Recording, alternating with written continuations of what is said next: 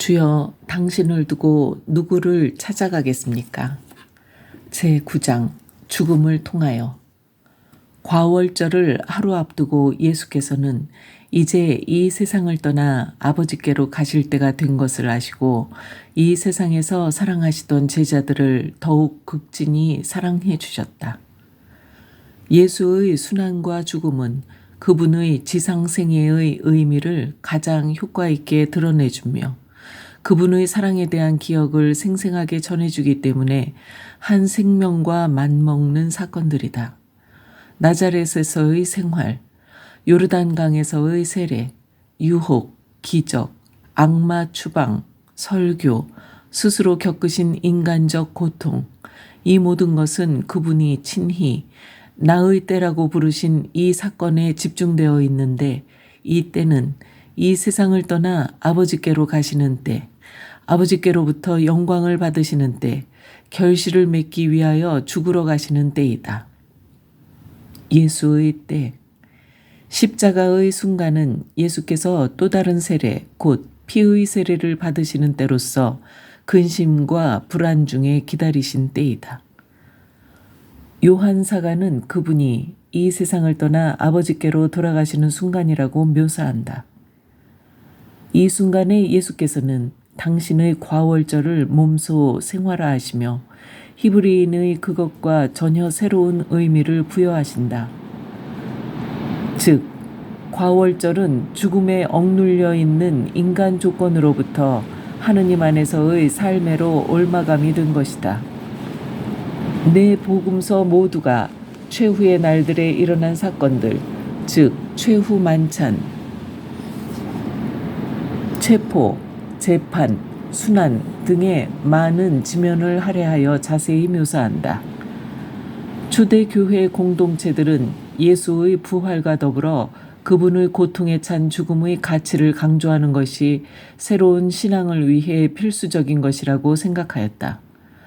사도 바오로는 십자가에 못 박히신 그리스도가 비록 많은 사람들에게 걸림돌이 되고 어리석게 보일지라도 서슴지 않고 그분을 선포한다. 예수의 십자가상의 죽음, 또 그 전에 연속적으로 급히 일어났던 극적 사건들은 지고한 사랑의 구체적인 표현이다. 하느님의 영광과 인간의 구원은 나약, 패배, 죽음을 재평가해 주는 것이다.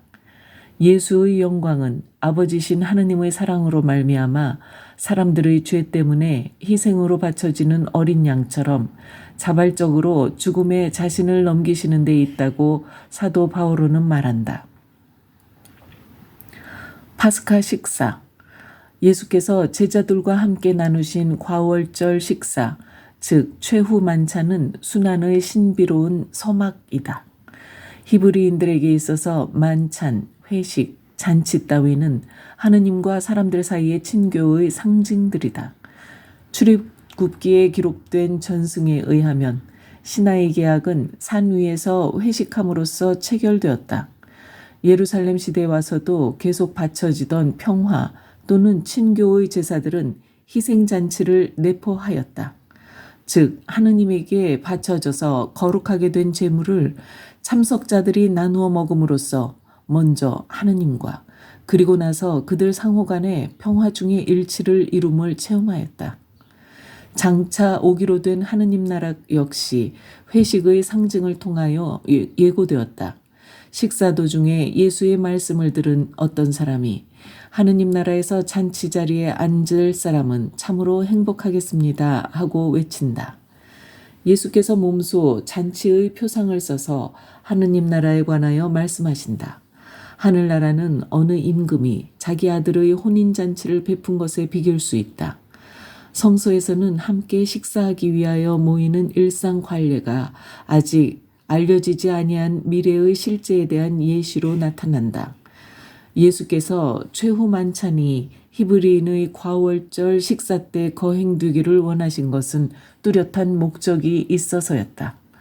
과월절 식사는 매년 이집트의 노예 생활에서 해방되었음을 기념하던 한 예식에서, 즉 이집트 탈출을 계기로 하느님이 행하신 모든 업적에 대하여 기쁨에 찬 은혜의 감사, 찬양과 축복의 태도에서 세월이 흘러감에 따라 새 과월절이요 결정적 해방인 하느님 나라의 파스카에 대한 기다림의 표징이 되었던 것이다.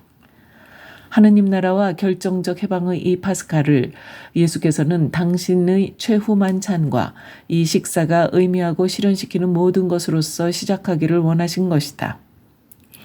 과월절 예식의 규칙서에는 가장이 자녀들에게 자기들이 나누어 먹는 음식의 깊은 의미를 설명해 주도록 명하고 있다. 쓴 나물, 누룩 없는 빵, 불에 구운 어린 양고기는 왜 먹어야 하는가?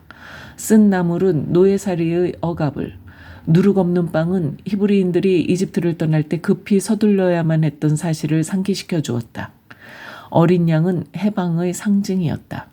히브리인들의 집 때문에 발라놓은 어린 양의 피는 이집트를 강타했던 재앙을 모면케 해주었으며 그들로 하여금 약속된 땅을 향하여 전진할 수 있게 해주었기 때문이다.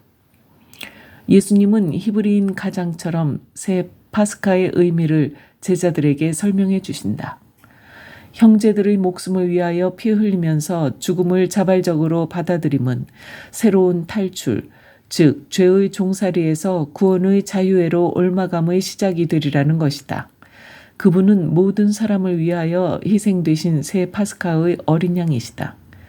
이스라엘은 희생제물의 피로써 하느님과의 계약을 봉인하였다. 이제 예수께서 당신 피로써 모세의 율법처럼 더 이상 들 위에 세워진 것이 아니라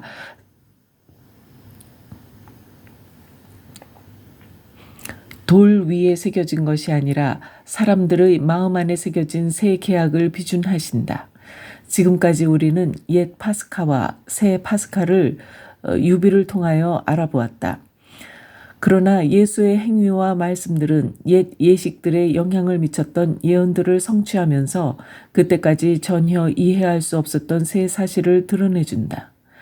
예수의 행위는 성조들의 상징적인 옛 예식이 아니라 죽기까지 당신 자신을 온통 자원으로 내놓아 이루신 제사의 봉헌인 것이다. 바쳐진 몸과 흘려진 피는 무한한 사랑을 드러내는 구체적 행동이다. 예수의 봉헌의 새 의미는 그분의 말씀에 나타나 있다. 식사 도중에 예수께서 빵을 들어 감사기도를 올리신 다음 그것을 떼어 제자들에게 주시며 이것은 너희를 위하여 내어주는 내 몸이다. 나를 기념하여 이 예식을 행하여라 하고 말씀하셨다. 음식을 나눈 뒤에 또 그와 같이 잔을 들어 이것은 내 피로 맺은 새로운 계약의 잔이다. 나는 너희를 위하여 이 피를 흘리는 것이다 하셨다.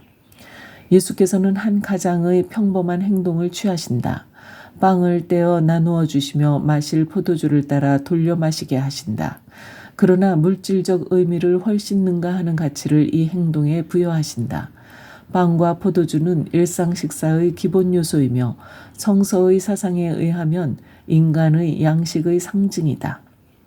예수의 말씀으로써 그분의 바쳐진 몸과 흘려진 피로 변화된 빵과 포도주는 사람들의 구원을 위하여 주어지는 그분의 인격 자체인 것이다. 더 이상 빵이 아닌 빵과 더 이상 포도주가 아닌 포도주 안에는 음식과 음료로 주어지는 예수 자신이 현존하신다. 제자들이 당신 생명의 제사에 참여할 수 있도록 하기 위하여 그분은 그들에게 송두리째 자신을 바치신 것이다. 인간의 수고와 땅의 결실인 빵과 포도주는 예수의 말씀으로 인하여 영원한 생명의 음식과 구원의 음료가 되는 것이다. 주님의 몸과 피가 된 빵과 포도주는 흠숭의 대상일 뿐 아니라 취해지고 먹어 없어질 그분의 선물이다. 또한 그것들은 우리의 선물이기도 하다. 최후 만찬 때 예수에 의하여 그분의 제자들에게 또 뒤이어 사제에 의하여 신자들에게 나누어지는 빵과 포도주 안에는 크고 작은 인간의 모든 수고가 집약된다. 인간의 모든 수고가 죄의 멍에로부터 해방되어 하느님의 구원 계획에 참여하게 되는 것이다. 따라서 예수의 최후 만찬은 송별련이 아니다. 그것은 그분 제사의 시작이며 그분의 죽음과 부활을 예시해주는 표징이다. 바쳐진 몸과 흘려진 피는 예수께서 순환과 죽음을 통하여 실제로 당신 자신을 바치심으로써 그 의미를 지니게 된다. 왜냐하면 죽음으로부터 생명이 태어나기 때문이다. 이것은 예수 자신과 그분의 추종자들을 위한 새 생명이다. 최후 만찬은 수세기, 수천 년이 경과되면서 중단 없이 재현될 사건의 서막이기도 하다. 교회는 성체성사를 중심으로 모여 나를 기념하여 이 예식을 행하여라는 예수의 제사 행위를 거듭 반복하고 실현하고 있다. 끝으로 최후 만찬은 세상의 종말, 즉 역사의 마지막 장이 끝나고 인류와 온 세상이 궁극적으로 일치를 이루게 될 때 개막될 하느님 나라의 잔치의 전주곡이기도 하다. 이제부터 나는 아버지의 나라에서 너희와 함께 새 포도주를 마실 그날까지 결코 포도로 빚은 것을 마시지 않겠다. 예수의 파스카와 하느님 나라의 영원한 파스카 사이에는 시간적인 간격이 있게 되는데 이 기간은 제자들이 공동체와 온 인류가 역사 안에서 도정을 계속해 나가는 시기이다. 주님의 최후 만찬 거행은 제자들에게 표징과 실제, 곧 그분의 희생과 영광의 신비를 드러내주는 실제요. 하느님 나라를 선포하고 예시하는 실제인 죽음과 부활을 예식으로서 현존시키는 기념제가 될 것이다. 예수께서 당신 자신을 바치시는 행위는 성사적 표지들을 통하여 믿는 이들의 일상생활 안에서 구현되고 또 하느님이 세상에서 보여주신 사랑을 증거하면서 거듭 새로워질 것이다. 찬미 예수님.